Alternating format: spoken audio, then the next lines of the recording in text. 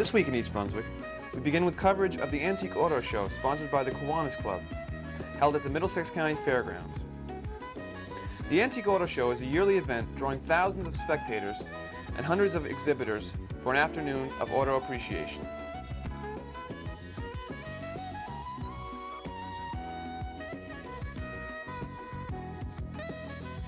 Hi, this is Ken Shalhoub for Channel 8 Cable in East Brunswick, and we're back again at the 1982 Kiwanis Club sponsored Antique Car Show. We've got an absolutely fantastic day today. It's a little warm for, it's kind of like an Indian summer day. There's a good turnout. The cars look real good, so stay with us and you'll see some interviews and some real nice cars.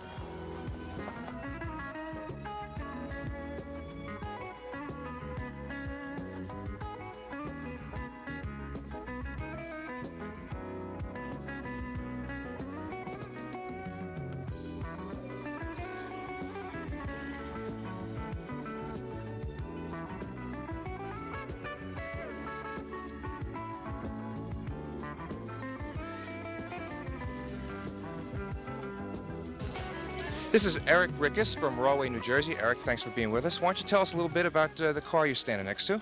This is a 1908 Burroughs, built in Portland, Maine. We've had it on many reliability tours, most recently the HACC car meet, 100-mile reliability tour.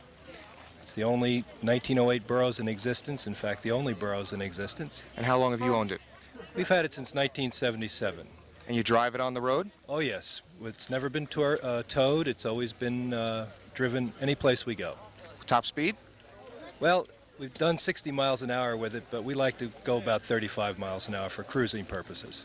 Well, it looks real good. How much maintenance? You have a lot of maintenance on a car like this?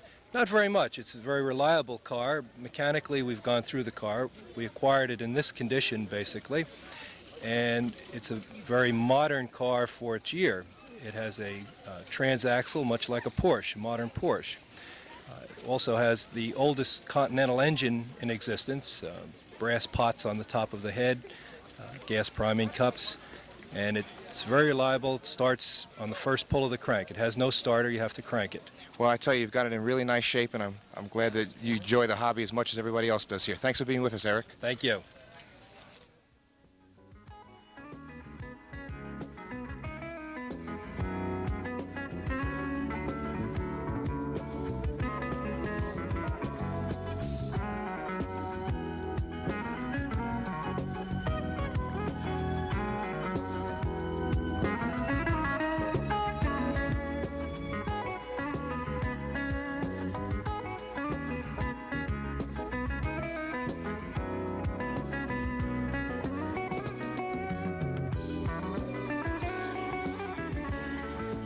Deborah.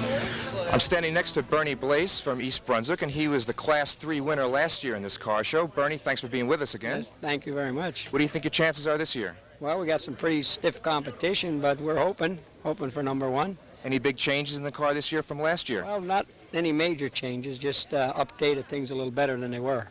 Why don't you refresh our memories again, what kind of car this is? Well, this is a 1926 Model T, two-door coupe, doctor's coupe they called it.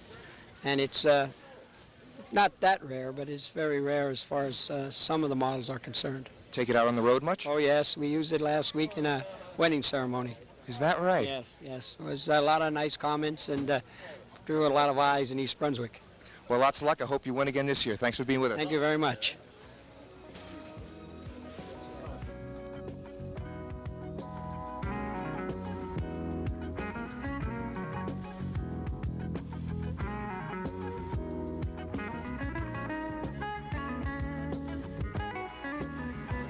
I'm sitting with Ray Cloud from Doylestown, Pennsylvania, which is a long way from here. Ray, thanks for being with us. You're welcome. Go ahead. I appreciate being here. And why don't you tell us a little bit about this car? All right. Car was built in 1932 by the Auburn Cord Duesenberg Company. It was in Auburn, Indiana.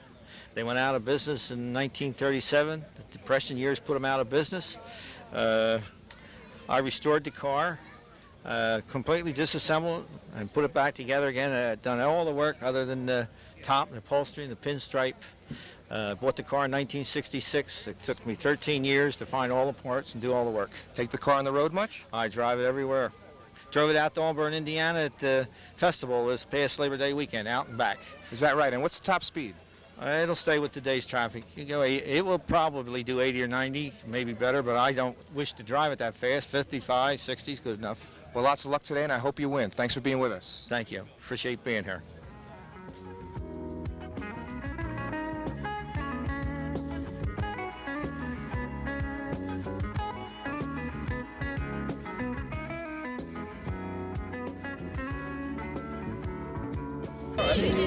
I'm with Ed Tao from East Brunswick. Ed, thanks for being with us. My pleasure. Why don't you give us some background on this car? Well, the car is a 1957 Rolls-Royce Bentley that I've had for about 3 years now. We have put considerable work into it. We have had the car repainted, transmission redone, brakes redone. We have had many parts re-chromed on the car. My son took out all the wood and refinished it and put it back in the car last year. So we're very happy with it, and it rides beautifully. The car looks quite drivable. Do you use it a lot? Yes, I use it for business. I take customers out to lunch in it. We take it to parties. It's been to Connecticut this year. It's been to Long Island this summer. We use it quite often. In fact, my son, whenever he comes home from school, this is the first thing he does is put his rabbit in the garage and take out the Bentley. Well, Ed, thanks for being with us, and lots of luck at the show today. My pleasure. Thank you.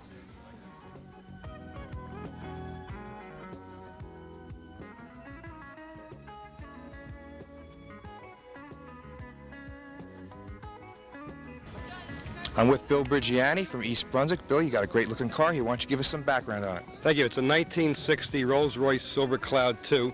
I found it about 3 years ago. It had all the fenders rusted out and the rocker panels rusted out. It was a sort of a beat-up white. And I did the engine work myself, and thereafter I had all new fenders fitted to it and rocker panels and had the thing painted. And I use it every day. It's a fun car. You use it every day for commuting? No, just for driving around and for dances, things like that. Is that right? Well, it's a great-looking car, and have a great day today. Thank you very much.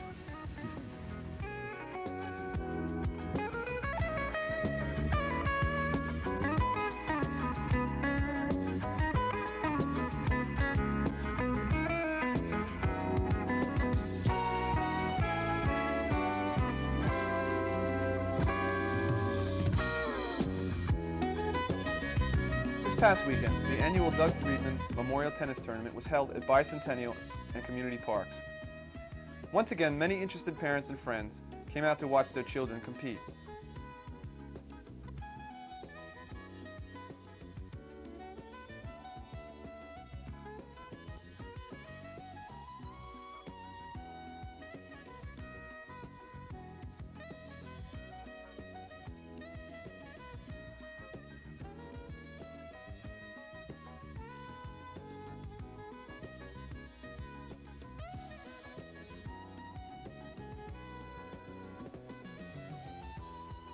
After the competition, awards were presented by Dr. Friedman.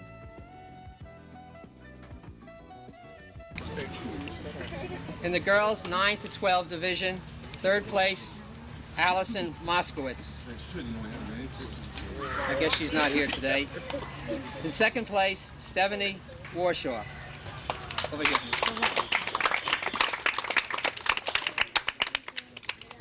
Stay there, Steph, until the group is... Second place, first place, Meredith Sapiro.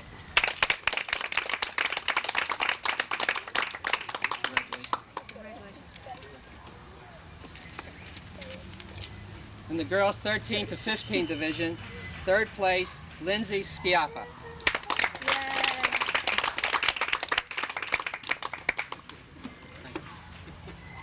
In second place, Abby Fleischer.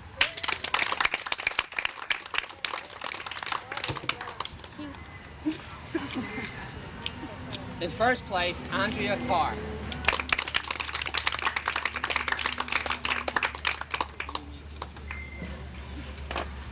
In the boys 9 to 12 division, third place, Stephen Gateman.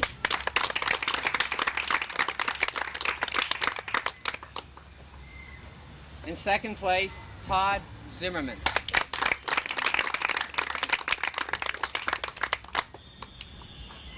In first place, Brant Hirsch. Yay!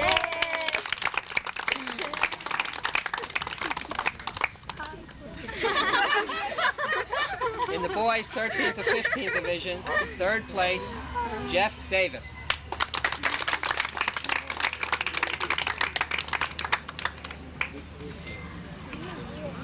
second place, Michael Kane.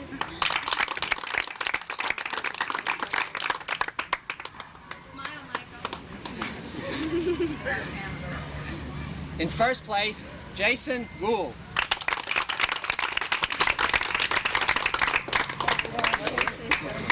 Hi, Cor. In third place, the boys 16 and 17 division, Doug Lippman.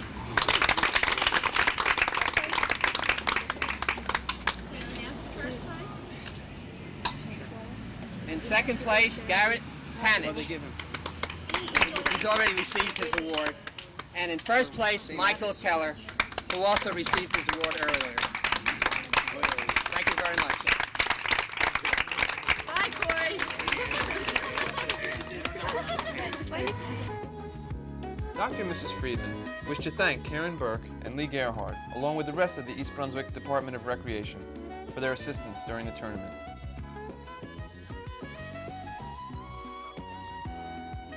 On Wednesday, ground was broken at the East Brunswick Municipal Complex for the new Senior Citizen Center.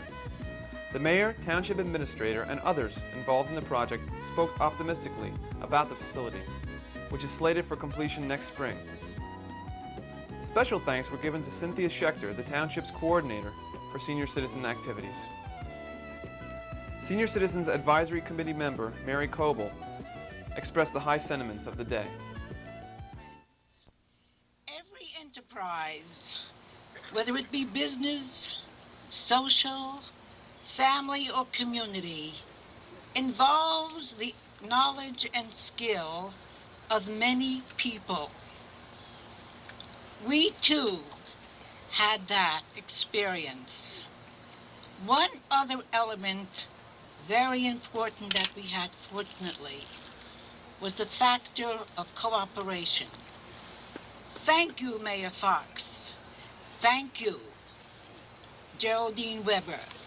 Thank you, members of the City Council, for your vision, your foresight, and your planning to make this dream a reality.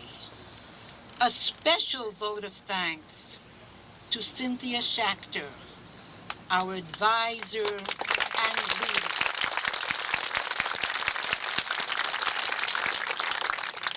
Her dedication, her tireless efforts, and the many hours spent at morning, afternoon, and night meetings brought this to fruition.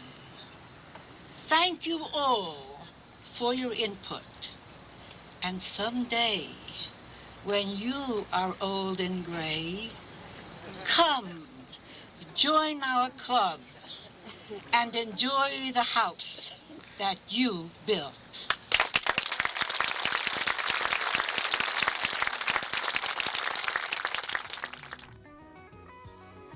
The library's Circus Summer Reading Club concluded with a carnival last Sunday, which was attended by over 400 reading club members. Children listened to books being read and read themselves in order to obtain tickets for the carnival and to help their team reach the center ring of the Circus game board located in the library's children's department. The green team won the competition, narrowly edging out the blue team. Here are some of the activities of the day.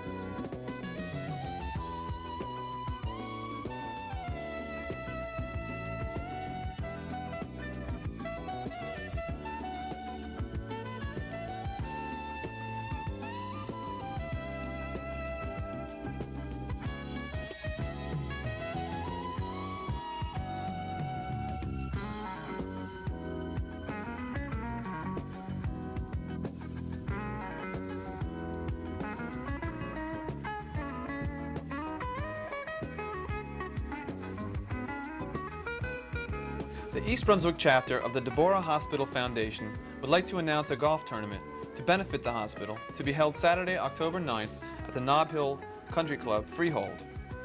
Deborah Hospital is a non-sectarian hospital that accepts heart and lung patients according to their medical needs. A patient is never charged or sent a bill. The price of a ticket is $35, which includes the greens fee, electric golf cart, prizes, trophies, and a hot and cold buffet. Tickets and additional information can be obtained by calling 251-2019 or 251-0875 after 5 p.m. or 257-1151 during the day. Hello and welcome once again to Consumer Aware. Tonight I would like to discuss that time of year that's approaching, energy conservation and the winter months. Like many homeowners, many of you might be thinking of investing in aluminum siding. If you do, be sure you do it for the right reasons. To improve the appearance of your home, maybe for saving on maintenance in your home, but never for energy conservation. You should know and understand that no type of siding can insulate your home or lower your fuel bills. There are some things called backer board and drop-in panels that are sold today along with the siding, and they do provide a very small energy-saving benefit. Do not confuse these with true insulation products. Other ways to conserve energy in your home, and much less expensive, would be caulking of your windows and doors, weather stripping, which is very important, attic insulation, and of course, last but not least, your furnace efficiency. Remember, before you invest that kind of money in aluminum siding, make sure you are investing it for the right reasons. And one of the reasons is not energy conservation. This information comes to us from the Federal Trade Commission, released as late as August 1982. If any of our residents have any questions about insulation or energy conservation, please call the consumer office. We have a lot of information on file, and we would be more than happy to help you. Thanks so much for tuning in, and hope to see you again next week.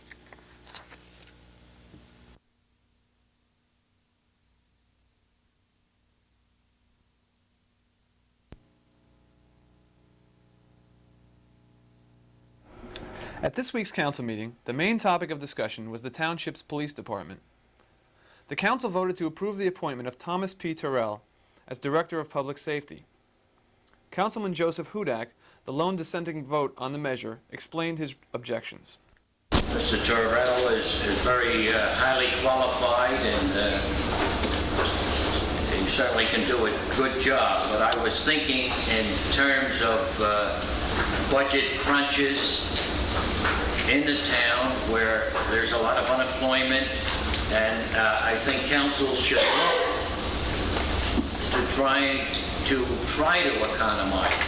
And this is one way that I felt that we could economize. I think we're going to pay out a salary of $44,000 or $43,000. The fringe benefits involved are $21,000. It brings a total of $64,000. $64,000, and he gets a car, he gets gasoline, all the insurance, and many of the other things. So I can see that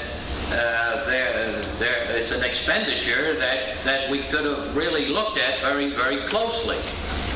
In our table of organization, we have 5 captains, we have 7 lieutenants, we have 15 sergeants, and I think we have a staff of patrolmen of 50 patrolmen. So if in turn my thought on it was that we could have raised up one of the ranks and then set it up on that basis. This way we have a director, and more or less he is the director, which we normally have under the Faulkner Act, but we could have worked it out the other way, and I think that police, in a way, he'll be reporting to the administrator and the mayor and things of that type. To me, it seems like a double function. Later in the meeting, a local family brought complaints of police harassment before the council. I have a family here, which I'm the eldest, that is living in fear for the last 5 months, have been harassed, has had their doors kicked in, front door kicked in without a warrant, pushing people down, beating people right on their property, being arrested without being told what for, being constantly harassed, going to work, going here, going there, even if they're sitting in their cars. How do you live in a township when nothing can be done? What do you do? Who do you go to? I have a brother that was beaten very badly. He had to call the state police. They couldn't help him. Who do you go to? I would like to know if there's going to be some kind of investigation, and I'd like to know what can be done about it. It's got to be stopped because somebody is going to get killed. Again.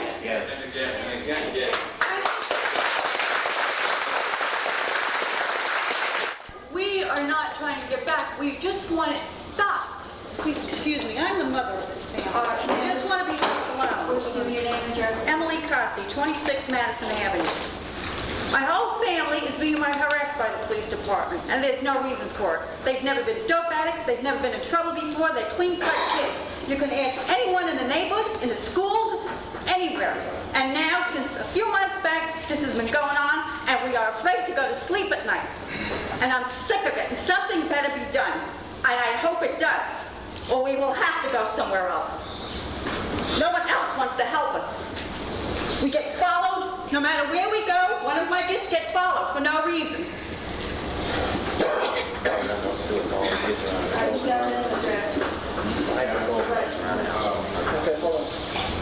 Well, there's just two brief comments. One is that you haven't made this complaint to me, and so I feel that you are indicting our alleged lack of action improperly, because this is the first that I've known that you had this complaint. And to my knowledge, I don't know about other council members, but it's certainly the first I've heard of your complaint. Secondly, the police are not always right, and while it doesn't get the same publicity, it doesn't get any publicity. There have been many police disciplines over the past 7 years that I know of, and certainly prior to that, up to and including dismissal, for offenses that either people have complained about or have been observed by other police or the supervision. So those two things are with all due respect, just not accurate statements. You have some specific complaints, which apparently you do. And please come in and tell me about them. And I guarantee you that they'll be investigated completely. Later in the week, an investigation was begun by the township. Along the same lines, members of the audience also expressed continued concern over the fatal shooting of a township man by an East Brunswick police officer. Our personal commitment to our community is as strong as ever before. Either some people have been misinformed via media accounts, or some people can only view the world in extremes. I feel sorry for those who only see the world in black and white, without any shades in between. The fact that I criticize the objectivity of the police department's internal investigation in no way reflects upon my respect for the department as a whole. Much of that respect was imparted to me by my mother while she worked with Frank Pash and the officers during her tenure as mayor. I am critical of the township's handling of the incident for the following reasons. Number one, the county prosecutor only went so far as to determine Bennett's intent to fire his revolver. The township stated that the prosecutor's report would be available to the public, yet it was not. Number two, The public made their concerns and questions known at the council session where Mayor Fox recounted the prosecutor's report. Yet many questions raised by residents were unheeded, and the public's right to evaluate the testimony was denied throughout the entire process. I refuse to debate significant inconsistencies of the testimony as related to me by various sources. The guitarist family has taken the only reasonable course towards the pursuit of justice by suing the township. The objectivity of a jury will provide a better forum to decide Bennett's use of his revolver and his intent to fire it. It is vital that the township report be made public so that the people have a right to make an informed judgment. And my last point is, the guitarist family has been treated terribly throughout the ordeal. From not being notified by the police that their son lay wounded in a hospital, to being treated discourteously by members of the police force. The guitarists have the right to receive an apology from the township, and we demand that they receive that apology.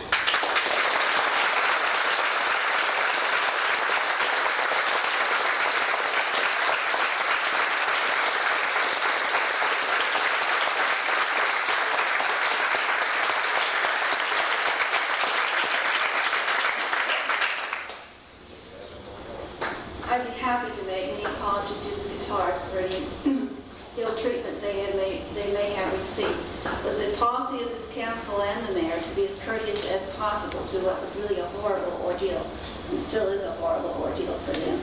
We had tried to the best we could to get the information to them before they read it in the papers, and unfortunately we're not successful in doing that, and I apologize for that. However, I feel that the guitarist family knows very well what happened in those circumstances, and they realized that our intents and what they were. In regard to your other comments, as we have said before, we are reviewing policies, and we will certainly take a look at your comments regarding those policies. How about the public's right to the township internal report? Mr. Bush, would you report? Yeah, Rich, this is something that's been discussed before. The matter is in litigation now. You were a little bit wrong when you said they had filed suit, because when you sue a town, you've got to give 6 months notice, but they have filed notice. The documents will be made available and have been made available to the guitarist family because they have an interest in it. They will not be put in the library like a public display case out of deference to the litigation, the fact that the township has insurance coverage, and if documents were published or given to anybody, we might jeopardize insurance coverage. But certainly the guitarist family, I believe, has seen every document except possibly the names and addresses of eyewitnesses may have been blacked out. The times I've been at this meeting where questions have come up about the police work, it's always been answered by the mayor or somebody outside the police department. Do we have like when anything comes up, a representative of the police department to explain the procedure of the police? And also, like through the chair, now that we have a new director, Mr. Tyrell, I was wondering if he would want to at this time introduce himself to the people. And I know he's been hit with this, but if he has any ideas on police work, what he would do more or less with the department. All right, thank you. Yes. There are, let me put it this way, if there's something on the agenda that involves the police department, there's a representative from the police department there. Sometimes complaints come from the public and we don't know that they're going to come, and there may not be a representative of the police department there. Mr. Tyrell, I'll leave it up to you. All right, I guess it's good time as any to say, hello, I'm here. And I want you to know there's somebody in this room who likes cops. I do. I like good cops. I like good cops. Right. Has to be a professional job. We did have a shooting. No question about that. The young man's dead. It's been judged accidental by the prosecutor's office. The mayor, the council, and the police department determined that there was no violation of the police department rule or regulation. Now we are going to the next forum, apparently, of the civil courts.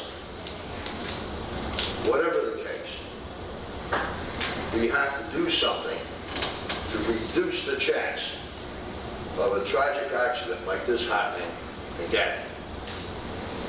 That's one. Two, we will have better police-citizen relations. I'm not talking about public relations or an ad campaign. I'm talking about the responding patrol car or responding detective giving the kind of professional service everybody wants, everybody needs. Three, we will look at the method of handling complaints against police misconduct. They have to be fairly investigated. As the mayor indicated, he has been giving them over to the police department, and well, they should be. I'll discuss it for the civilian review board another time. Complicated subject. The fact is, they don't work very well. The police department is responsible for doing its job and delivering the service to you.